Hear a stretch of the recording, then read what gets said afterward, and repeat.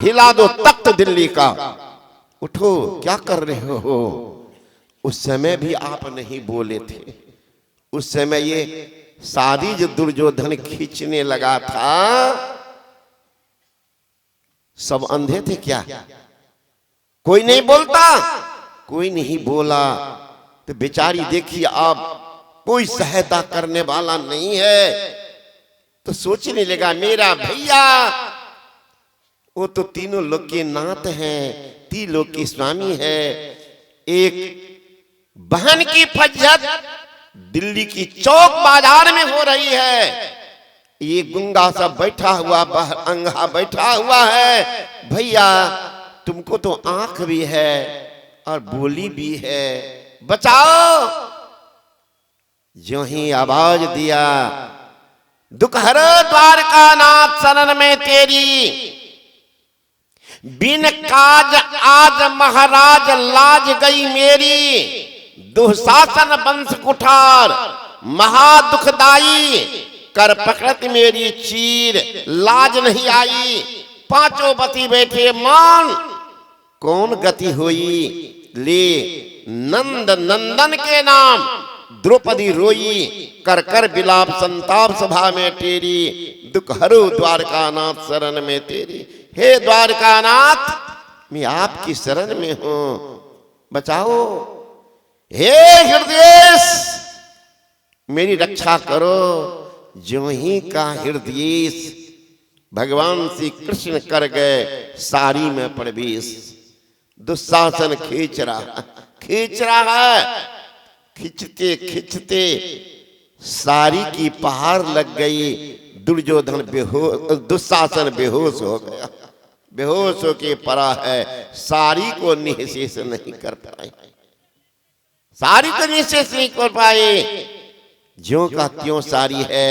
एक कमी लिखा, पाप अनुशासन दुशासन के कोप धाये। द्रुपद सुता को चीर गए भीर भारी है। भीष्म कर्ण द्रोण बैठे बलधारी का, कामनी की ओर का ये नेक न निहारी है। सुन के पुकार दौड़े द्वारका से जदुराई। खैचत कुल बाडे भुज बलहारी है। सारी बीच नारी है कि नारी बीच सारी है, कि सारी ही नारी है कि नारी की ही सारी है। सारी तो नहीं नारी का रूप धारण कर लिया था, पुतला तो नहीं बना था सारी का, ओरिजिनल ये था क्या? या नारी ही सारी बने। अब नारी सारी की सारी नारी वहां पोह में बेहोश है। दुशासन सारी के निःशेष नहीं कर पाया। कौन सुना पितामह, कौन सुना? कहते उचित था कि अनुचित, आप ये बताइए। उचित था भरी सभा में एक साधारण महिला परिवार के भी नारी की सारी नहीं खींची जाती है। पंचायती होगा, दंड दिया जाएगा। बात अगर गलती था, दंड देने का तरीका यही था। भरी सभा में सारी खींचो। और कर्ण जैसे महारथी, कहते नारी को एक पति, जिनको एक से अधिक हुआ वेश्या है, उनको क्या लेगा? वेश्या शब्द बोला थी कर्ण। आज कह रहे निहत्था। उस समय इनको कर्ण को शर्म नहीं लगी थी कि एक महारानी है। आप कहते निहत्था। जिस समय में अभिमन्यु का वध हुआ, सारे महारथी थक गए, कोई नहीं उनको पराजित कर सका। सातवां फाटक का ज्ञान नहीं रहने के कारण खोजने लगा। तब तक सातों गेट मारा एक साथ पहुंच गए और सातों मारा है मिल करके। उचित था कि अनुचित? पितामह भीष्म का मुंह बंद हो गया। आज उचित अनुचित सूझ रहा है, उस समय नहीं सूझा था। एक नौजवान को सातों महारथी, नियम तो क्या था उस समय में? गदा से जो लड़ेगा गदे से लड़ेगा। ऐसा नहीं कि गदा से लड़ रहा हम तीरे धनुष मार देंगे, ऐसा युद्ध नहीं होता था। उसको धर्म युद्ध, गदा कला जानते गदे से लड़। धनुष्बाण चल, धनुष्बाण से लड़ो। इसलिए उनको कहा था महारथी, वो सब कला में निपुण होता था। जो कुछ ही कला में निपुण है, गदा चलाना जानते और नहीं, उसको कहते रथी। रथ, ये महारथी। लेकिन सातों महारथी को उन्होंने पराजित किया। आप भी तो हार गए थे पर पता से, आप भी तो हारे थे पितामह। फिर वहां जो मारने गए थे, आप कैसे अंधे थे, छोटा बच्चा को रोक देते? एक बार अगर आप डांट देते दुशासन को, दुर्योधन को, हिलने वाला नहीं था। आपके मुंह में बोली कहां चली गई थी? आज प्रश्न पूछते हैं, चुप हो गए। तब कहते हैं पांडवों की तरफ, देखो बेटा, मेरा अंतिम समय आ गया, अंतिम समय आया, मुझे ऐसे स्थान पर जला देना, फिर जलना नहीं पड़े। कह करके पितामह भीष्म सदा के लिए आंख बंद कर दी। पांडव लोग विचार किए, बाबा की अंतिम अभिलाषा पूरी करो। कौन स्थान है जहां कोई जला नहीं हो, जिसके जलने के बाद को जलना नहीं पड़े? का हिमालय के ऊंचा चोटी है कंचनजंगा। अब कितना दूभर काम, लेकिन हिम्मत क्या नहीं कर सकता। हिम्मत ए मर्दा, मदद ए खुदा। God helps those who helps themselves. ईश्वर सहायता करते हैं जो अपनी सहायता आप करते हैं। जो निकम्मा है उनको भगवान थोड़ी निकम्मा है कि निकम्मा का साथ देते रहेंगे। निकम्मा का साथ नहीं, पुरुषार्थी का साथ भगवान भी होते हैं। पुरुषार्थ करो, सहायता तो मिलेगी। देने के लिए तैयार है, देने के लिए तैयार है, लेने वाला कहां है ना?